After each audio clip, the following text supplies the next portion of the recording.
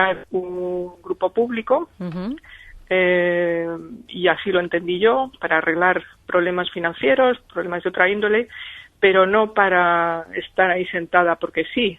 Entonces, una vez que llegamos a un camino en que se veía que esos problemas financieros no se iban a tratar o no se tenía intención de acometer cambios, y juntando eso con otro momento de cambio tecnológico que a la larga iba a empeorar toda esa situación, pues yo entendí que tenía que dimitir. ¿Cómo lo ve su paso por Televisión Española? ¿Como un paréntesis? ¿Pudo retomar su vida sin más? ¿Su vida anterior, me refiero? Bueno, yo creo que la vida progresa siempre, va cambiando y hay que saber coger el paso, ¿no? Sí, yo pues dimití. La dimisión fue un momento muy difícil por muchas razones. Un momento, pues en España no se tiene costumbre de dimitir cuando uno tiene un puesto importante. Sí, por decirlo de alguna manera. Y a partir de ahí, pues me planteé qué hacer. Recibí algunas ofertas de trabajo interesantes, pero yo quise pues volver a montar una empresa y hacer lo que ahora se llama ser emprendedor. Pues enhorabuena por ello, Mónica Ridruejo. Muchísimas gracias por dedicarnos estos minutos y, bueno, pues enhorabuena por dedicarse a lo que realmente quiere, ¿no? Pues es una suerte. Sin duda. Venga, un saludo, gracias. Muchas gracias. Vámonos a la información de las 6, las 5 en Canarias. Luego seguimos en Punto Radio. Queremos hablar.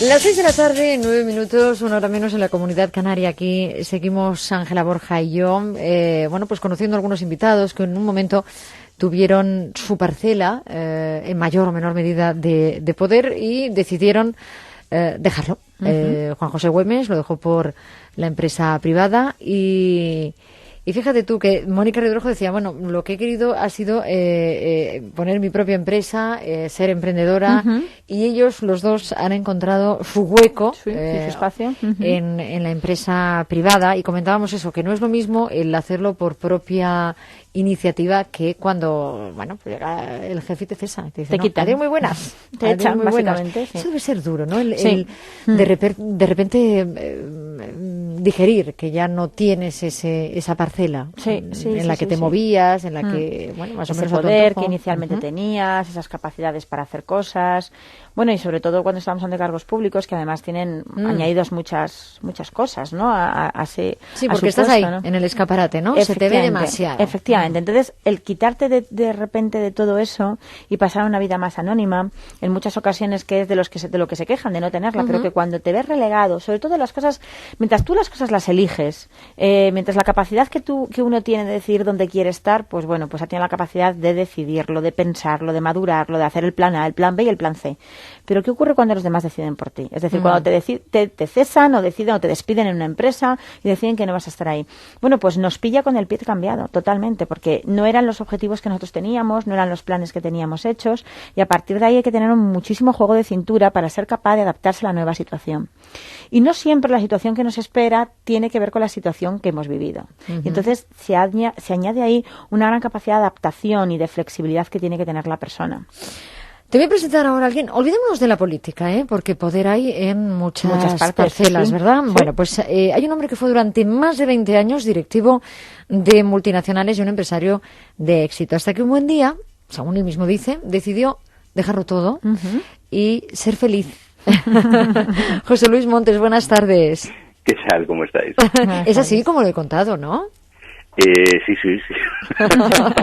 Lo que pasa es que explicado así, ¿verdad? Suena un poco duro. Pero bueno, pues cuéntanos tú cómo... Te voy a tutear también porque eres muy joven y quiero que nos cuentes exactamente cómo ocurrió, porque claro, llegar a lo más alto profesionalmente, mucha gente cree que eso conlleva la felicidad, el éxito, y no siempre es así, ¿verdad? Al menos para mí no lo era. Yo tengo mucho respeto hacia las vidas que los demás se deciden tener para sí mismos.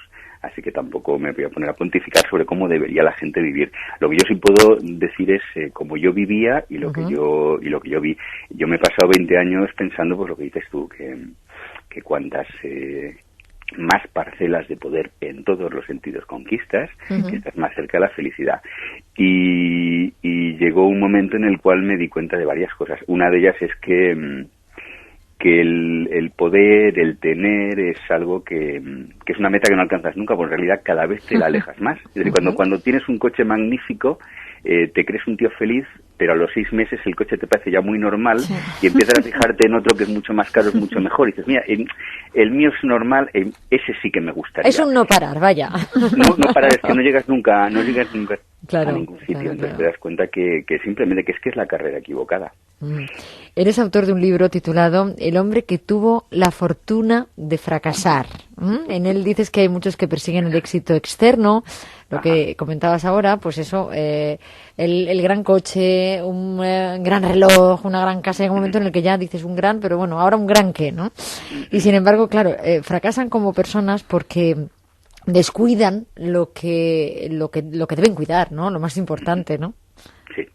Sí, yo llegó un momento en que me di cuenta de que no era yo que estaba persiguiendo algo que me hacía no ser yo y que además era algo que pues como te comentaba antes, que cada vez se aleja más. Y entonces empecé a plantearme, bueno, ¿y la felicidad en qué consiste? ¿Y mi vida en qué consiste? Digo, cuando yo me muera, ¿qué voy a hacer? ¿Un balance de las cosas que en los hoteles en los que he estado? Pues yo he estado en hoteles de estos que te cuestan pues más de 1.000 euros la noche y además no me los he pagado yo. Esto es como la película de George Clooney, la de Up in the Air. ¿La has visto? No la he visto. Se pasa la vida de hotel en hotel. Sí, al final dices, bueno, pero es eso, o sea, la vida es una colección de placeres, de alegrías y de posesiones, y pues para mí no lo era. Así que empecé a preguntarme, bueno, y vamos a ver, ¿y tú quién eres y qué es lo que quieres? O sea, cuando tú te mueras, ¿tú qué quieres tener como balance? Y me di cuenta de que estaba sencillamente la carrera equivocada, así que bueno, digo, pues ya está, pues a ver cómo hacemos un cambio. Y tuve la suerte de tener un gran fracaso que me facilitó el hacer el cambio un poco a lo... O sea, que esto es lo de toda la vida de no hay mal que por bien no venga, ¿no? Absolutamente. Sí, la verdad es que sí. ¿Y tú qué has, lo has plasmado en un libro, has recapacitado sobre el tema, con lo cual lo tienes muy, muy, muy pensado y repensado? José Luis, ¿cuáles serían las claves que podrías darnos para evitar que pueda pasar eso, que uno se deje llevar, pues eso, por el poder, por el supuesto éxito y descuidar cosas mucho más importantes como es tu familia, tu gente, tus amigos, la calidad de vida que se dice, ¿no? Hay varias cosas que hay que. Lo primero es tener muy claro que no hay que confundir ser con tener. Es decir, tú no eres las cosas que posees. No por tener un coche magnífico, un reloj de 6.000 euros en la mano, etcétera, etcétera, etcétera. No por eso tú eres más persona. Porque si no, al día siguiente dejas de tenerlo y entonces se supone que serías peor persona o serías menos. Entonces, tú no eres lo que tú posees. Eso es lo primero que tienes que entender. Lo segundo es tienes que mirar dentro y decir, vamos a ver, y si yo me permitiera a mí mismo soñar ser, ¿yo qué querría ser de verdad? Porque es que estamos en un mundo en el cual, yo siempre digo, jibarizamos nuestros sueños y los convertimos como mucho en hobbies. Y hay gente que a lo mejor querría ser músico, o querría ser escritor, o querría ayudar a los demás, o querría ser pintor, y como mucho a lo que llegas a que algunos fines de semana hace 4 retratitos. ¿Por qué? Pues porque tiene que ganarse la vida. Entonces acabamos renunciando a lo que llevamos dentro para esclavizarnos a un coche, a una casa, a un veraneo, a una serie de cosas que es que en realidad la vida no es eso. Entonces, si tú empiezas a entender que no eres lo que posees, y empiezas a mirar dentro y decir, bueno, ¿y yo qué quiero ser de mayor? Pero de verdad, ¿sabes? Por ahí ya empiezas a tirar del hilito para llegar a algo importante. Y luego lo segundo que también tenemos que entender, y es una cosa que yo entendí, yo me he pasado 20 años pensando que era un máster del universo. ¿Sabes la época aquella del yupismo? Ya aquello hizo mucho daño porque todos queríamos ser yuppies. Sí, todo el mundo queríamos ser un yuppie. O sea, y todos nos comprábamos gomina y nos la poníamos en el pelo. Y entonces que seguíamos... Y luego os quedasteis medio calvos, ¿no? Has tocado un tema. Pero además ha sido cierto, es decir, a mí empezó a caérseme el pelo el día que empecé a ponerme gomina. Es tan verídico como lo cuentas. Y entonces al final dices, bueno, pero vamos a ver una cosa, si yo en realidad no soy más que un ser afortunado, o sea, el haber nacido con salud, con determinado aspecto físico, con un nivel de inteligencia determinado, en un país determinado, en una familia